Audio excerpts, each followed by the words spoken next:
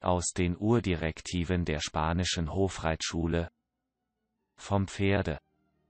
Unter allen Tieren der Welt ist das Pferd das alleredelste, nützlichste und vortrefflichste, denn keines dem Menschen mehr dienet als dieses. Ich will hier nicht die alten Skribenten anführen, die uns in ihren Büchern dem Pferd unvergleichliche Taten zum ewigen Gedächtnis hinterlassen. Nur von dem gemeinsten Mann anfangen, und bis zum König und Kaiser hingehen, wo es die Dienst und Nutzbarkeit eines Pferdes in allen Begebenheiten auf das Allerwundersamste finden werde. Betrachte einen Bauern, einen Bürger, einen Edelmann, einen Kriegsoffizier, wie sie sich ihrer Pferde wissen zu bedienen, einen großen Herrn und Fürsten, Könige und Kaiser, wie sich diese in allen unterschiedlichsten Funktionen ihrer wohl abgerichteten Pferde zu gebrauchen wissen, alle Monarchen, die sich bei Krönungen, Huldigungen, Jagden und anderem Reiten, mit Verwunderung des ganzen Volks und mit größter Zufriedenheit ihrer unvergleichlichen Pferde bedient haben werden.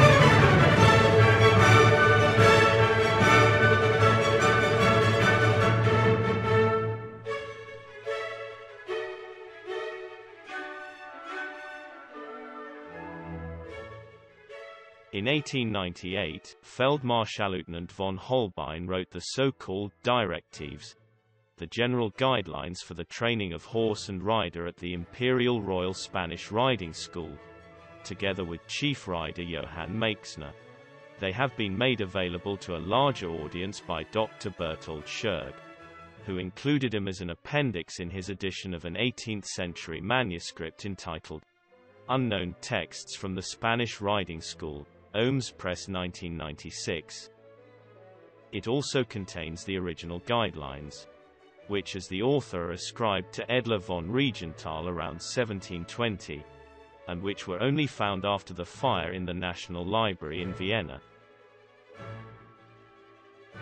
It describes the tasks of the Imperial Royal Spanish Riding School as follows.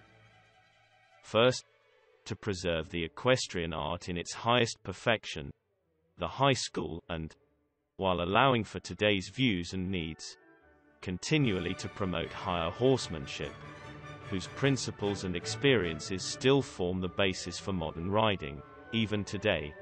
Second, educating methodical school riders, and training the necessary school horses. Third, testing the horse material of an independent breeding program that is at the disposal of the Imperial Royal Spanish Riding School, in terms of the durability of the bones, joints, and muscles, as well as temperament and character, with a view to using certain individual for breeding purposes. Fourth, teaching lessons, as far as this is reconcilable with the education of the riders and the training of the school horses, to individual persons from the army, or civilians, who are interested in equestrian art. About the riding system that is to be applied at the court riding school, the following: advanced horsemanship must never be conceptualized as haute école in isolation, since it comprises all three types of riding. 1. Riding with as natural a posture of the horse as possible, not in collection and on straight lines, the so-called riding forward. Basical school. 2. Riding the collected horse in all gaits, turns and patterns in perfect balance. Campaign school. 3. Riding the horse in an artistically elevated posture, with increased flexion of the haunches, and regularity, maneuverability, and dexterity, in all ordinary, as well as nature-oriented extraordinary gaits and leaps, brought methodically to the highest perfection. This type of riding is called high school. Close quote.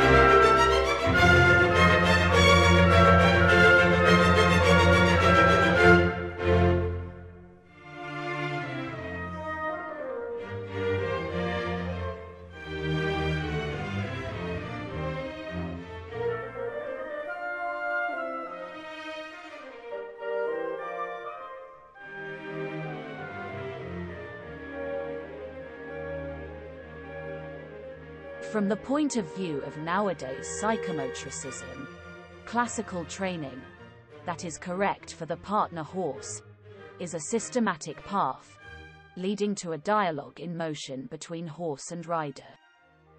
As in a dance, there is a leading partner and a following partner. In the ideal case, both partners have equal joy in floating across the floor.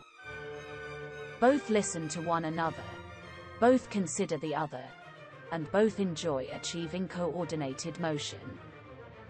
This has been the goal of the classical equestrian art. Classically correct riding instruction can still achieve it. The partner that is led, the horse, should enjoy being ridden and become a work of art in terms of mental and physical development, at the ideal of the traditional classical art of riding. In classical philosophy, horse and rider become one. They melt into each other, as Johann Wolfgang von Goethe described it. Mythology presents this with the picture of the centaur, horse and man in one body. But the rider shouldn't become the dominant head. The horse should be allowed to think as well. His contribution should be respected and valued. In the ideal, they decide together what must be done next, although the rider provides the direction, and the horse takes this direction and translates it into movement, out of his own desire.